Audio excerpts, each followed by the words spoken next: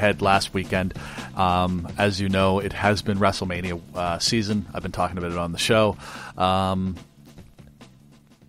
All in all, I guess it was pretty good. Here's the thing, man. Like, WrestleMania itself has become like this, like, literally 9-hour event. It starts with the pre-show, which starts like 2 hours earlier than their pre-shows normally do, and then you get into the main WrestleMania card, which is like an extra like 3 hours long. It's just like it is just like a long slog of an event that you got to sit through, and honestly, like, it doesn't really matter how they book it. Eventually you just start to lose steam. It's a long time to sit there and watch a single event.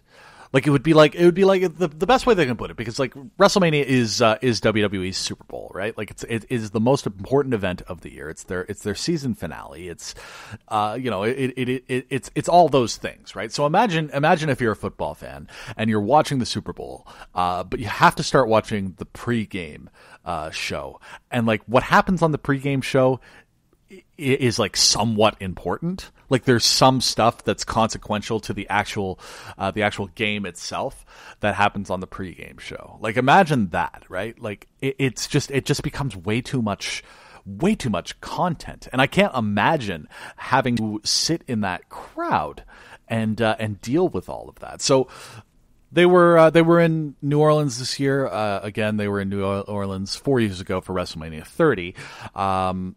And like so here's what I'll say. First of all, first positive take. They've done a very good job of taking these enormous stadiums that they run WrestleMania in now. They've for the last like 10 years or whatever, they've been running pretty much exclusively stadiums rather than just the normal sort of arenas that they do week to week. The problem with that is that because these arenas are so big, these stadia are so big, they run into the problem where it feels too big and you can't really hear the crowd. Everything sort of goes up into the air. It doesn't feel like a loud wrestling crowd, right? Just because it's just sort of like a dull roar rather than those big pops of excitement. They did a really good job this time around. I think largely speaking, the dome itself was sort of closed, so some of the sound was sort of trapped, and it amplified well. So they did a good job of presenting that at the very least, and made while still maintaining like the show feeling really, really big, like you can feel like I think they said 80,000 odd people in that arena. So like it wasn't small by any stretch of the imagination, but you could still sort of hear the crowd, which is important to my mind. A good crowd makes for a good wrestling show. Watching wrestling with no crowd noise is a completely different experience. Not necessarily worse, but not my favorite. So they did a good job with that, and like, I mean, for the most part, I really enjoyed the show. The pre-match cards, the two battle royals, were what they were. Those matches are never really all that interesting, just because it's, hey, look at a bunch of people, and it's controlled chaos for about 15 minutes, and then that's that. Cruiserweight title match was pretty good. All in all, on my predictions, which I posted on Twitter and Facebook before the show, all in all on my predictions, I think I went like 8 for 14 or something like that, which is pretty good for me. Normally, I'm a fair whack off in my predictions. So the Cruiserweight title match was pretty good. They didn't have a whole lot of time, but they did a good job with it. Then we got into the main card. Triple threat for the Intercontinental title was really good. Seth Rollins was dressed up like a character from Game of Thrones, like one of the White Walkers or whatever from Game of Thrones. Finn Balor came out. He's been doing this huge inclusion push with the LGBT community, coming off as a real ally. I hope that's all that he ends up doing with that. I hope that they don't make his character gay, because he's a straight dude as far as I know, and just like it's totally forced when they have like a character who is straight and they try and make him gay, and like they don't handle They don't handle that well in the WWE, which it's a shame because they had a professional wrestler who is legitimately came out first professional wrestler to come out while he's an active competitor a couple years ago in Darren Young, and then they just did nothing with him. Of course, Darren Young was sort of snake bit by some injury issues, but you had this opportunity, guys, to do something really cool for the LGBT community, and you just didn't, which was unfortunate. But whatever, we're gonna move past that. Overall, I'm not gonna go match by match on this. Overall, I thought it was a lot of fun for the majority of the card. Of course, Rowdy Ronda Rousey making her in-ring debut in a mixed tag match with Kurt Angle against Triple H and Stephanie McMahon. Really, really, really fun. Probably the most fun that I've had watching a professional wrestling match in a while. There's a lot of gaga, a lot of rigmarole, a lot of hoopla, and man, Ronda Rousey, she gets a lot of the smaller touches about being a professional wrestler. Of course, she's been a fan for years and years and years, so she brought a lot of that sort of stuff to the UFC with her. She has a good in-ring charisma. She has a good sense of when to look out to the crowd and when to gesticulate, when to emote, and I think she did a really good job with that. So that was sort of maybe the surprise of the night, how much I enjoyed that match.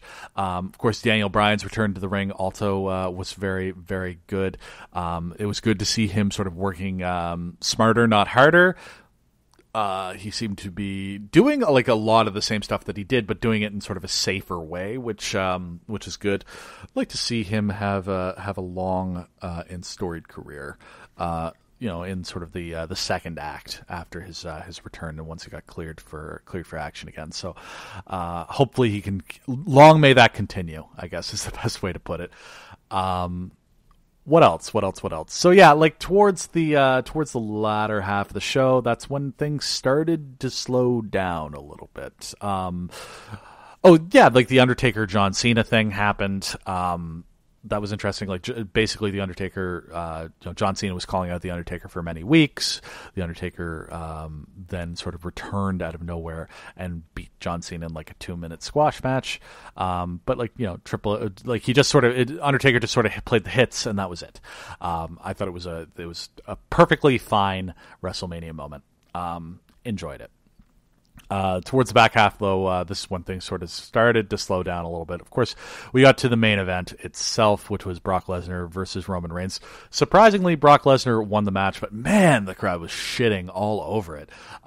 So Roman Reigns is kind of he's been pegged to be the guy that the WWE is going to put their force behind for the next foreseeable whenever, and that's all well and good, and I think Roman Reigns is a pretty good wrestler, all things told. But the crowd just isn't into it, and maybe it's a certain percentage of them just boo Roman Reigns because that's what they think that they're supposed to do in order to be cool. Some of them some of the crowd just genuinely don't like him. For me, it's just I don't find the storytelling around Roman Reigns consistent or interesting.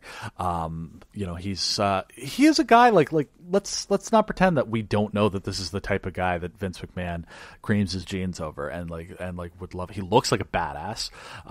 He's got this intensity in the ring. He's big and muscly and has cool tattoos and this, that, and the other. He has a very cool look. This is exactly the type of guy that the WWE would want at the top, historically wants at the top of their card. So let's turn into that and stop trying to make him out to be a man of the people, or stop trying to make him out to be an underdog, or stop trying to make him out to be against the authority. It's just it's inconsistent and weird. Brock Lesnar ended up beating Roman Reigns after Roman Reigns got a little bit bloody, and I don't know, it was a really weirdly laid out match, and just not awesome. The crowd just was not digging it. But the thing is that you could have put pretty much any match in that position, and the crowd is just exhausted at that point. I don't know how you can do anything after 7 hours and have the crowd be into it and interested and giving a good reaction to it. It's just WrestleMania is just like, it's just an hour and a half at least too long. I think if they cut an hour and a half from that show, it like, yeah, okay, some people wouldn't have gotten on the show and that would have been a shame, but ultimately, like, that is the that's the price that you have to pay for it to be a decent show. But like, I mean, I don't know if that's the WWE's concern.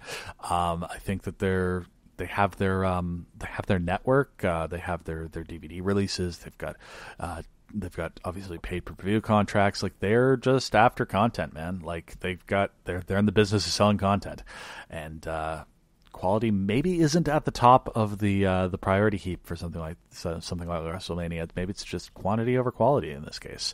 I don't know. Maybe I'm talking out my butt. But that's going to do it for Wrestling Chat for this week. And you know what? I'm going to take a week off. You've been very, very good for me, listener. You've sat through my thoughts leading up to WrestleMania. I'm going to take a week off from all things wrestling.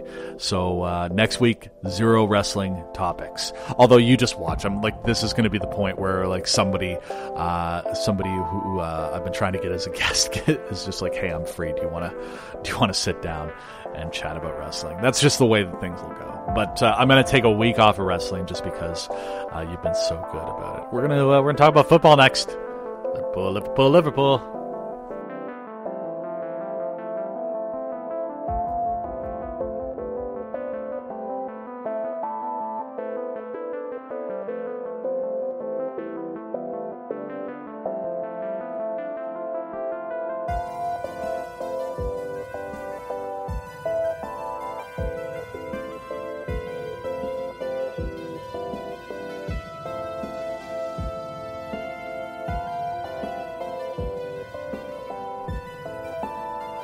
So, last week, as you know, sat down, chatted with Mitchell Summers Hall about the broader football world a little bit after we finished with his beloved Foxes, and as mentioned, Liverpool versus Manchester City, the two legs took place.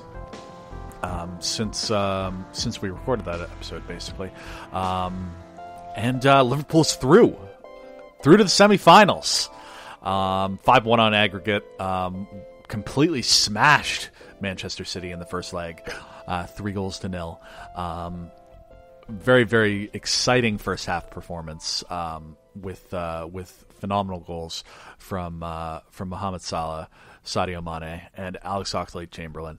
And then the second half of the first leg, defended really well to keep that clean sheet and keep Manchester City from being able to score any away goals, which, you know, is a very exciting sign to see Liverpool being able to keep a clean sheet like that.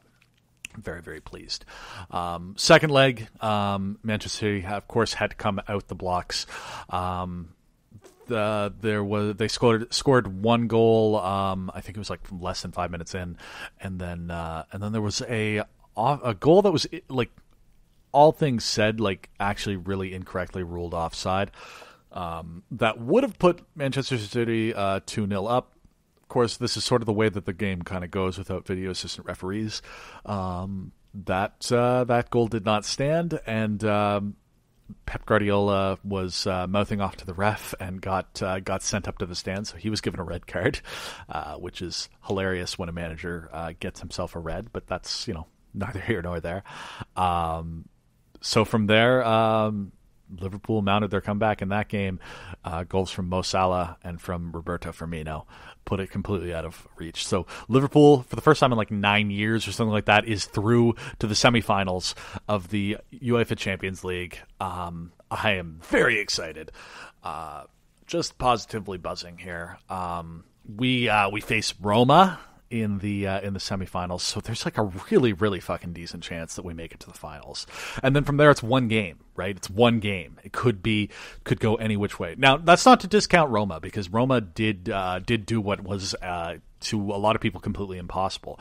They were in the Manchester City seat in a lot of ways, against a much better team. To be perfectly frank about it, they were up against Barcelona.